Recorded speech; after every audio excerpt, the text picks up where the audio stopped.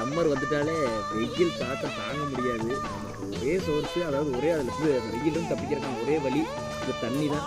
ஒன்று தண்ணியை குடிக்கணும், இல்லை தண்ணிக்குள்ளே இருக்கணும். குளிக்கணும், தண்ணியை குடிக்கணும், இல்லை தண்ணியில் குளிக்கணும். அந்த மாதிரி இன்றைக்கி தண்ணியில் குளிக்கிறதுக்கு வந்தாச்சு. பாருங்க சார், நம்ம தோப்புக்கு நம்ம தொட்டிக்கு வந்தாச்சு. செமையாக நிறைய விட்டு வச்சுருக்காங்க அம்மா. ஏன்னா எனக்கு தண்ணி எடுத்து விடல, காடு நீங்கள் தான் பாய்க்கிறதுக்கு கொஞ்சம் எடுத்து விடணும். அதனால் அதுக்குள்ளே குளிச்சுட்டு எடுத்து விட்றலான்ட்டு சொன்னாங்க. சரின்ட்டு வந்திருக்கோம்.